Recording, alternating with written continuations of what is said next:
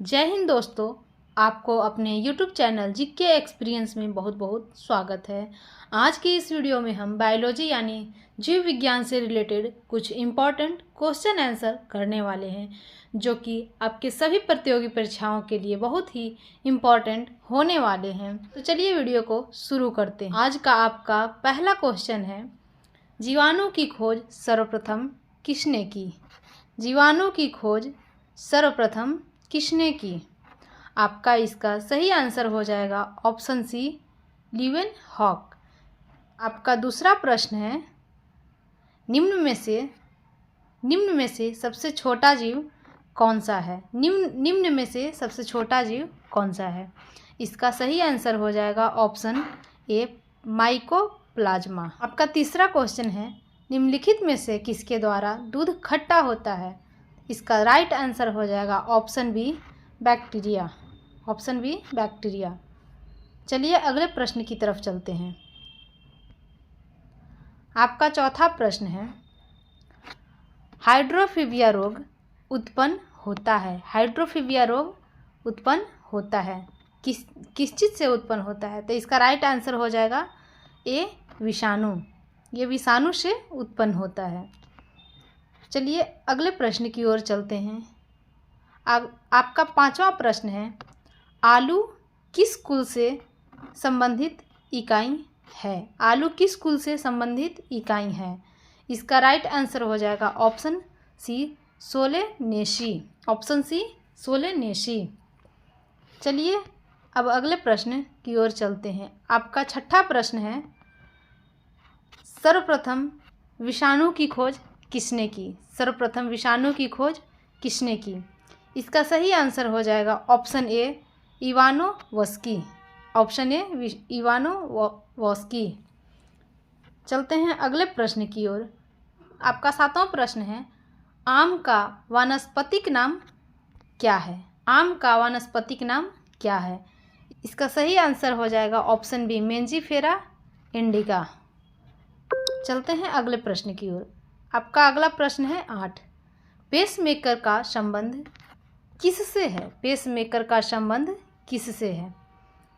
इसका right answer हो जाएगा ऑप्शन बी, हृदय। आपका अगला प्रश्न है, रक्त में पाई जाने वाली धातु है। रक्त में पाई जाने वाली धातु कौन सी है? इसका सही आंसर हो जाएगा ऑप्शन सी, लोहा। चलिए अगले प्रश्न की ओर चलते हैं। आपका 10वां प्रश्न है, मनुष्य में कुल कितनी हड्डियां होती हैं?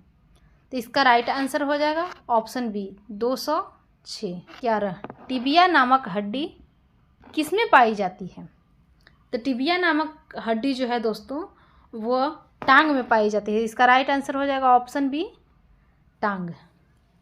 तो चलिए चलते हैं अगले प्रश्न की ओर। आपका अगला प्रश्न है 12, चेचक के लिए टीके का विकास किया था। तो इसका राइट आंसर हो जाएगा ऑप्शन बी, एडवर्ड जेनर ने। आपका अगला प्रश्न है, फलों का अध्ययन कहलाता है। फलों का अध्ययन कहलाता है, तो इसको बोलते हैं पोमोलॉजी। Option B, pomology. तो चलिए अगले प्रश्न की ओर चलते हैं। सारे प्रश्न इम्पॉर्टेंट होने वाले हैं।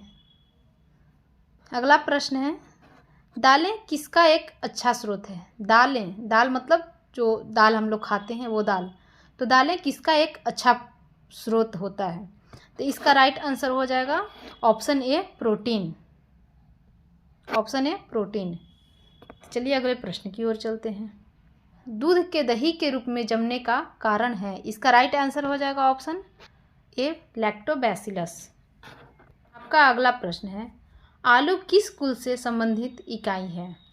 इसका राइट आंसर हो जाएगा ऑप्शन सी, सोलेनेसी। चलिए अगले प्रश्न की ओर चलते हैं। दालचीनी पेड़ के किस भाग से प्राप्त की जाती है? तो ये छाल से प्राप्त की जाती है। आपका राइट आंसर हो जाएगा ऑप्शन सी, छाल। आपका अगला सवाल है 18, मानव शरीर की सबसे छोटी हड्डी है। तो दोस्तों, मानव शरीर की सबसे छोटी हड्डी होती है स्टेपिज, कान की हड्डी जिसके हम बोलते हैं स्टेपिज। तो आपका राइट आंसर हो जाएगा ऑप्शन सी, स्टेपिज। चलिए अगले प्रश्न की ओर चलते हैं। आपका अगला प्रश्न है 19, बैगन किस कुल का पौधा है? तो इसका राइट आंसर हो जाएगा ऑप्शन ए सोलेनेसी। का अगला प्रश्न है 20, नाशपाती का कौन सा भाग खाया जाता है? नाशपाती का कौन सा भाग खाया जाता है? ऑप्शन सी गुद्देदार पुष्पांग। अगर वीडियो अच्छी लगी हो तो वीडियो को लाइक करना, चैनल को सब्सक्राइब करना और अपने दोस्तों के साथ ज़्यादा से ज़्यादा शेयर करना। Thank you.